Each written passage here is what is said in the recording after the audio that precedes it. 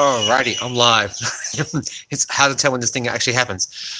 G'day everyone, it's Chris, and day 2 with the Nissan Leaf 2. There it goes. Tomorrow that will not work, but nonetheless, exciting times. So today I've had about another hour plus of driving so far, and I'll be doing another probably hour tonight. And I've got the battery down to about 60% now. So I've decided to charge it up just before I go out, which is what you see happening back there. So this thing I've found actually has like on board like a 6 kilowatt charger, type 2 charger. So I'll let you know after my research what the recharge rate is from just a standard to gonna hopefully not cause anyone too much nausea here. Gonna go down there. We're gonna follow it around. We're going to go all the way over here, and I've parked the car in an unusual spot in my garage. So this extension cord is not what I'd normally do, but because I've put the car basically in the center of the garage here, I don't know if you can tell that or not. In fact, I'll come out here. It means that it's not parked in the right position. So normally that will be nose first that way, or otherwise it'll be on this side of the garage, nose first, and it would, hello Max, hello. Otherwise it would actually be over here. So I wouldn't have to actually extend that cord like I have, because to be honest, this included charger, actually, what they call them actually wall adapters, is actually like 1, 2, 3, 4, 5. That cable's a good 5 meters long, and I think for most people, most garages, it'll be fine. Hello, John. All right, so just looking at the charging situation.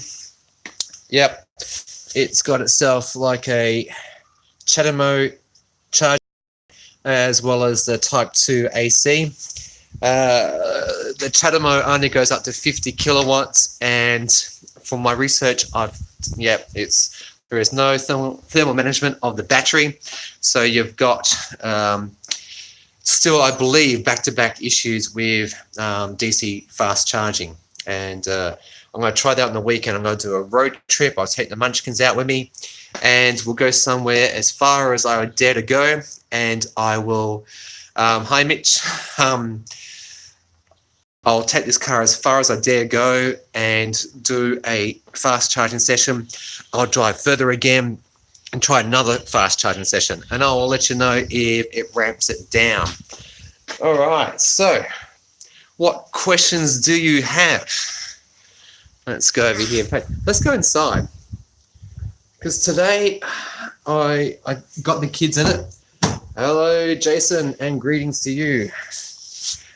Today I took the Munchkins for a drive, and they really loved the interior. Me, I like it. It's the seats look nice. I don't think driving position are that comfortable, to be honest. They don't have any under thigh sort of tilt, and so you find that you're just not supported with your legs. Like, it's a pretty flat sort of seat, and it just needs a bit of a tilt. Also, it doesn't have any lumbar support, so for my wife, she hasn't found this comfortable so far. And the other thing, yep, there's no tilt or reach on the actual steering wheel, and that's super. I think why on earth is that not included? Like, even cheap cars have that, and well, this car doesn't have it. That said, what is good? The heating wheel, the steering wheel is heated, which is very, very nice. And like, check this out. Over here, I'm just trying to get it to focus. It's gonna, I think it's a bit dark, so it's gonna struggle. That's the steering wheel heater, right? And it's nice. It feels squashy, and it feels very professional. Oh, I just disconnected the battery from charging. All right, just let me let me come back here. All right. I'm going to plug it back in. Here we go. Let's do this. Multitasking. All right. Let's plug back in. And I do like this. Check this out. Visually, from outside, you've got these indicators. So you can actually see when your car's locked and you're a little bit away from it, how much charge it's got, and that it's actually charging. Do like that. I think I prefer more the Teslas that actually have on the on the actual where you plug in, but that is also very effective because when you're actually walking away from the car, you can rest assured that it's charging and doing what it's supposed to be doing. Let's go back inside though. So what I was trying to get at was that the heated steering wheel is very nice, especially right now in Melbourne where it's cold. But then the heated seats, which they're also heated in the back. Yeah, look, check this out. Yeah, let's get this light on. On. And for those playing at home, you notice the lights? They're actually just the old-fashioned sort of filament type bulbs, not LED bulbs. And there's more of that sort of thing, which I'll show you momentarily. Anyway, back here, you've got a nice, well, not a nice, actually. It looks nice, but it's not. So a little rocker switch, and it feels very cheap to touch, very nasty.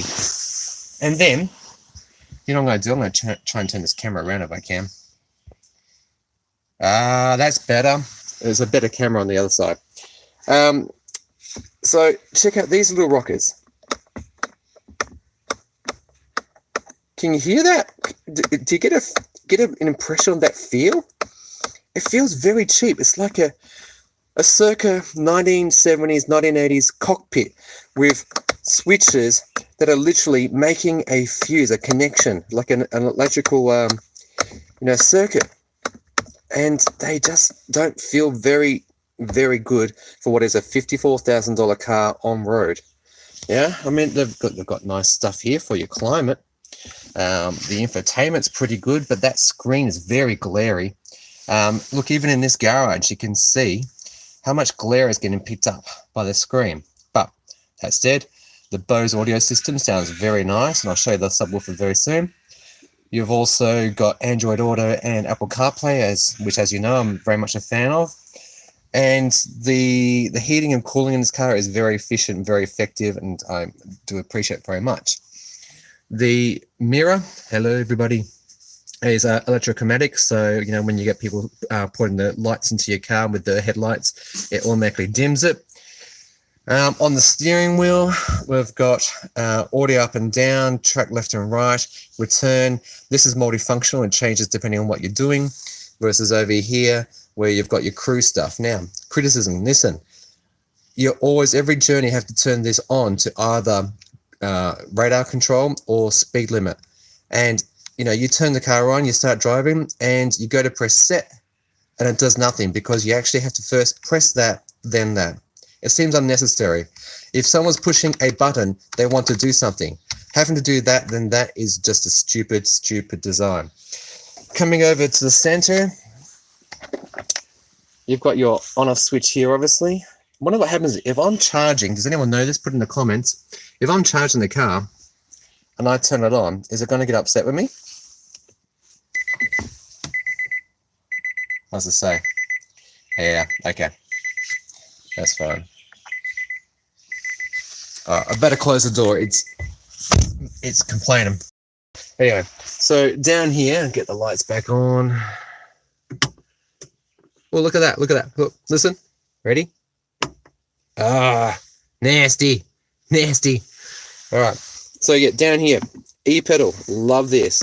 Now, today, someone suggested on Twitter that there is a setting in the system to always have this turn on when you turn the car on, because so far every single time I turn the car on, I have to actually engage it to do the one pedal driving, which is a lot of fun and I love it. It's like driving a dodging car, but you're driving a big car.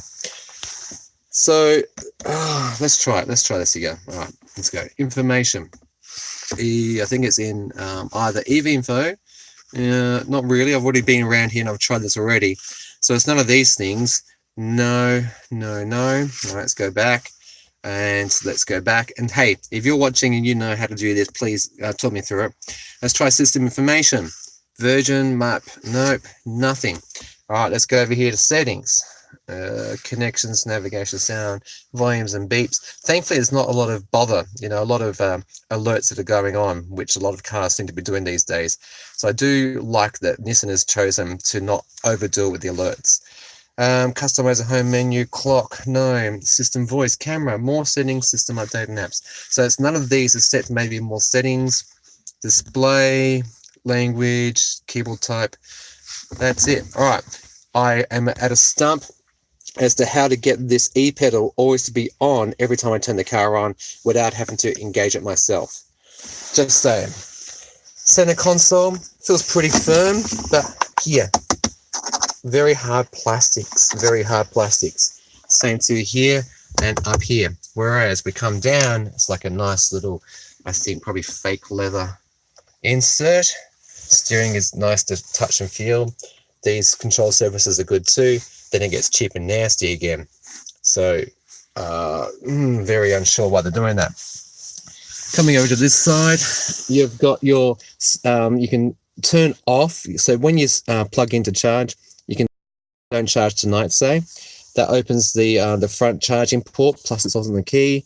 And I don't know what that is yet. And that's for the sensors. So I like this, that your see this camera button, when you're parking, you can press it and it automatically jumps straight over to both the God view and also the rear camera view. Good feature. I like that very much. But that said, still connected, yeah. But that said, when you press that camera button and let's say you're driving along, you're doing more than I think 10 k's per hour, it stops working. So I think that Nissan, why don't you just actually keep that going? Let's go to the boot, and I think we're going to need some light here. So it's been raining today, and the car has gotten wet and a little bit dirty. So I brought the car into the garage to actually do this video today. So let's go to the boot.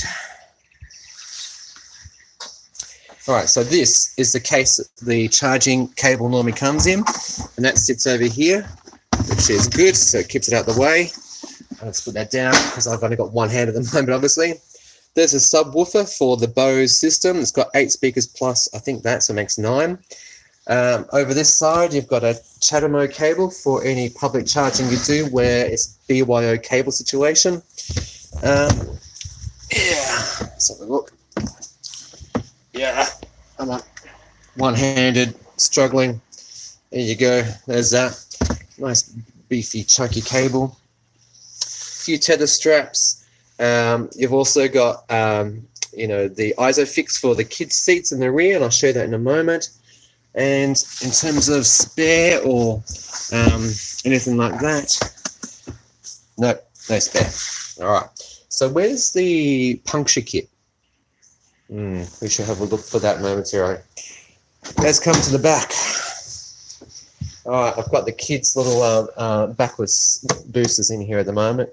And so you can see there the seat warmer button, electric windows throughout. The kids love these door handles. I don't know why. They're plastic. Seat back pockets, they're pretty good. I mean, it's a good looking interior. I think Nissan could do better by actually just with a headliner, make this headliner a dark color to match this, like a black interior. Go look at the new Mazda 3 and see how they do the Estina level Mazda 3. It's a very nice interior. Looks very professional. All the European brands do this where they match normally. This is an Alcantara finish, by the way. They match that to the interior of the car. In this case, it should be black. If you had white, this should be white. And good point to mention right here. If you try to stop the camera. If you buy this car, it's one price fits all. It basically comes with the premium audio system for 54,000 on the road, and It's got like 0 to 100 in 7.9 seconds, and that 320 newton meters of torque is very zippy. You push it, and it pushes you back. It's a lot of fun. The 110 kilowatt motor is pretty good. So far, I'm averaging about 18 kilowatt. What am I doing? No, it's not that. It's 18 kilowatt hours per kilometer, I think it's telling me. There's an efficiency guide inside, and I'm still trying to get my head around how it's calculated, because I'd rather work per 100 kilometers so I could do an equivalent of like liters, you know, with the old car sort of comparison. It's a bit hard for me to understand 18 kilowatt hours per kilometer. So just times by 100? Doesn't seem right. I'll do the math. Should we try and punk? No, we won't try and pop that. But anyway, check this out. I'm going to switch the camera again. See, it's not there. All right. Down the bottom here, you can purchase for $450 a blue line insert.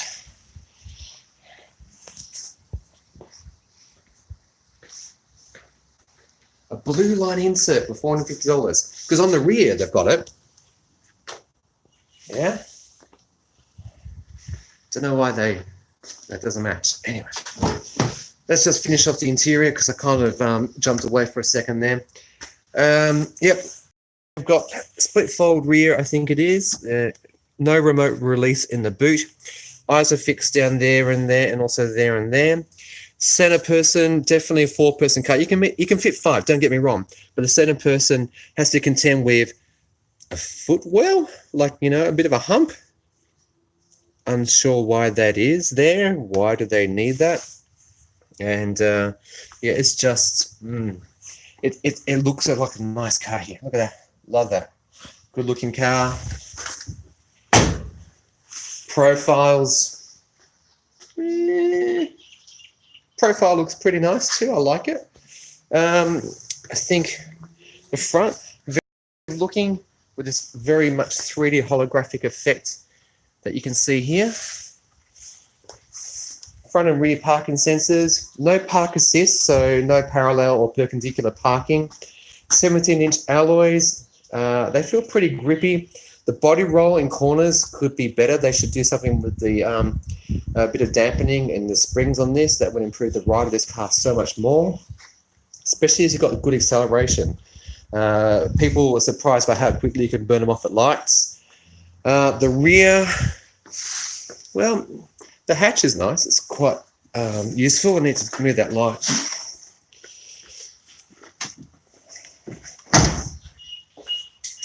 Whoops, a daisy.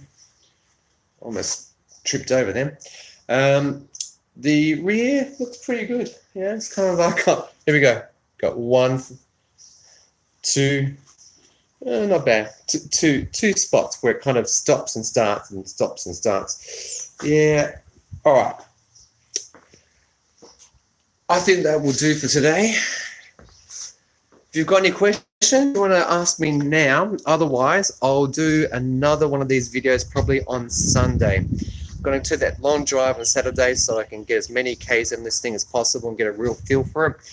Be shooting my video for the ultimate review over the weekend as well. And so, hey, Sunday night we'll do one more of these live streams about 5 p.m. same time. If you've got any questions for anyone who's still watching? Not yet. All right. So I'm going to try to find out about the puncture repair kit, where that is, and get a bit more of an idea of this car. All right. If you're a subscriber, thank you. If you're a patron, big awesome thank you. And hey, got some questions now. Do you think the price is worth it for the trim level? Yeah, no. I think for 54